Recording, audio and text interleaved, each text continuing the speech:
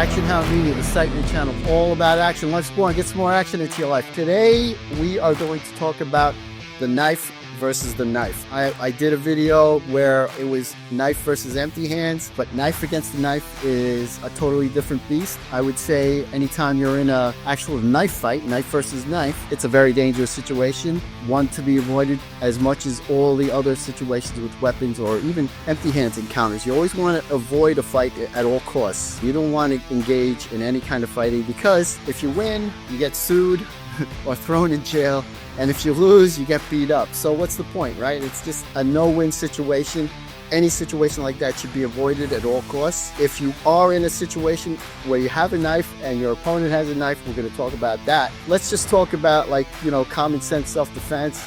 You're driving in your car, you have a road rage incident, maybe the guy is mad or maybe you're mad, you both pull over. I immediately say never get out of the car. If you do get out of the car, do not brandish a weapon, because if you come out of your car with a weapon, you don't know what the guy in the other car has. You might come out with a knife, maybe he has a knife, maybe he doesn't, but he could have a gun. You come out of your car with a knife, he's got every right to shoot you, because he could say you were attacking him with a knife and he had to shoot you. So I always say stay in the car, don't come out, and don't come out with a weapon, especially. But if you are in a situation where the guy comes out with a knife and you have a knife in the car, you might have to mix it up, right? So let's talk about knife fighting. I'm a lefty, so I would hold my knife in my left hand. Now, like with everything else, there's different ranges that you have to deal with. If I come out and I see the guy pulls out a knife, I'm going to get in my stance. And anytime you fight with a weapon, you always want to keep your weapon in between you and your opponent. So I'd be like this. I'd be in a kind of like a boxer stance, keep my hand up.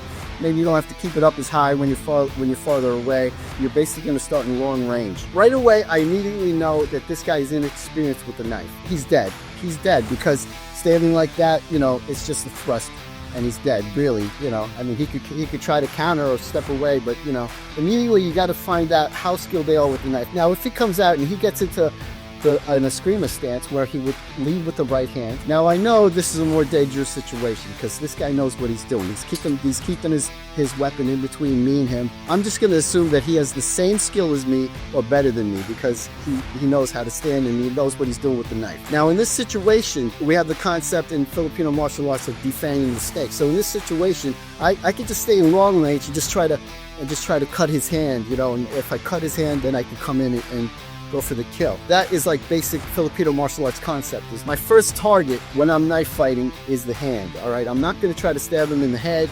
I'm not going to try to stab him in the body. My first goal is to cut the hand. Hopefully he drops the knife, and then I could trap, and then I could come in and kill him, right?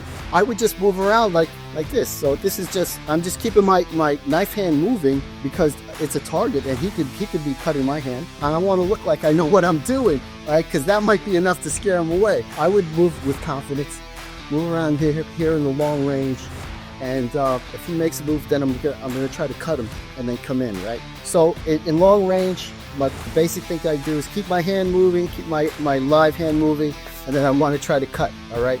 So what's your reaction if I try to cut you? You're going to step back, right? We're fighting. I go like this, he steps back. I go like this, he steps back. So then that sets him up for a progressive attack. I know he's stepping back every time, though. I'll go 1, 2, and then 3, all right? And then I get one right into his throat, and I come in and I trap his hand. If you get into a knife fight and you get into long range, that is what to do. Just keep like this. He steps back, trap the hand, and go for the throat. Basically, he's going to come at a couple of different angles. This is called the hammer grip, and this is called the ice pick grip. So if he's in the hammer grip, I know he's going to come basically 4 different ways. He's going to come like this, he's going to come like this, he's going to come like this, or he's going to come like this. Now, most guys don't stab like this, but if he's in a screamer guy, he's going to stab like that. So he's going to come at 4 basic angles. So what I got to do is practice blocking. Now, I do the same kind of blocking that I do in empty hands, empty hands against the knife, all right? So what I would do is if he comes from that angle, I block like this. I block like this, and I keep my other hand down low like this, just in case he slides down and tries to cut low. Slide your hand down and try to cut low.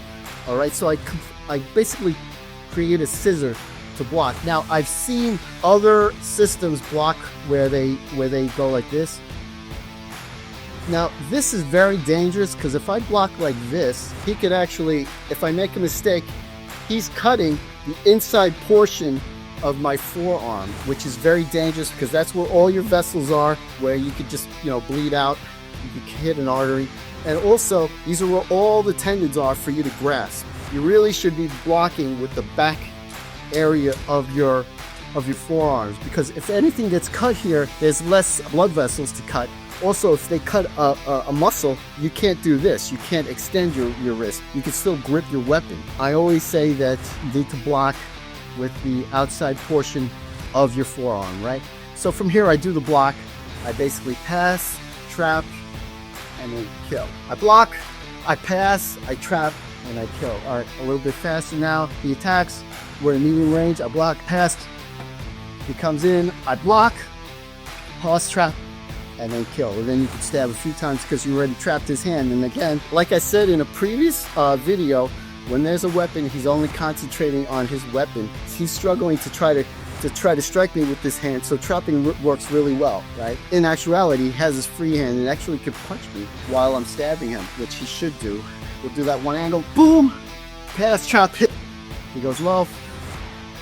I get my left hand blocks, I pass, I trap, and then I kill. But those are the basic concepts in trapping. If you practice, you should be practicing in this medium zone, so you learn how to trap. So he stabs, whatever, you'll be able to trap, and then he also would have to block, pass it this way, and then then he could stab me, but then I could block like this, and then you get into a hubad, right? So that's what you practice in Filipino martial arts, is the hubad, where you're trapping and passing and trying to stab somebody with the knife. Knife versus knife, those are the basics. There's a lot more to learn, but those are the basics of knife versus knife. Thank you very much. Action Hound Unite.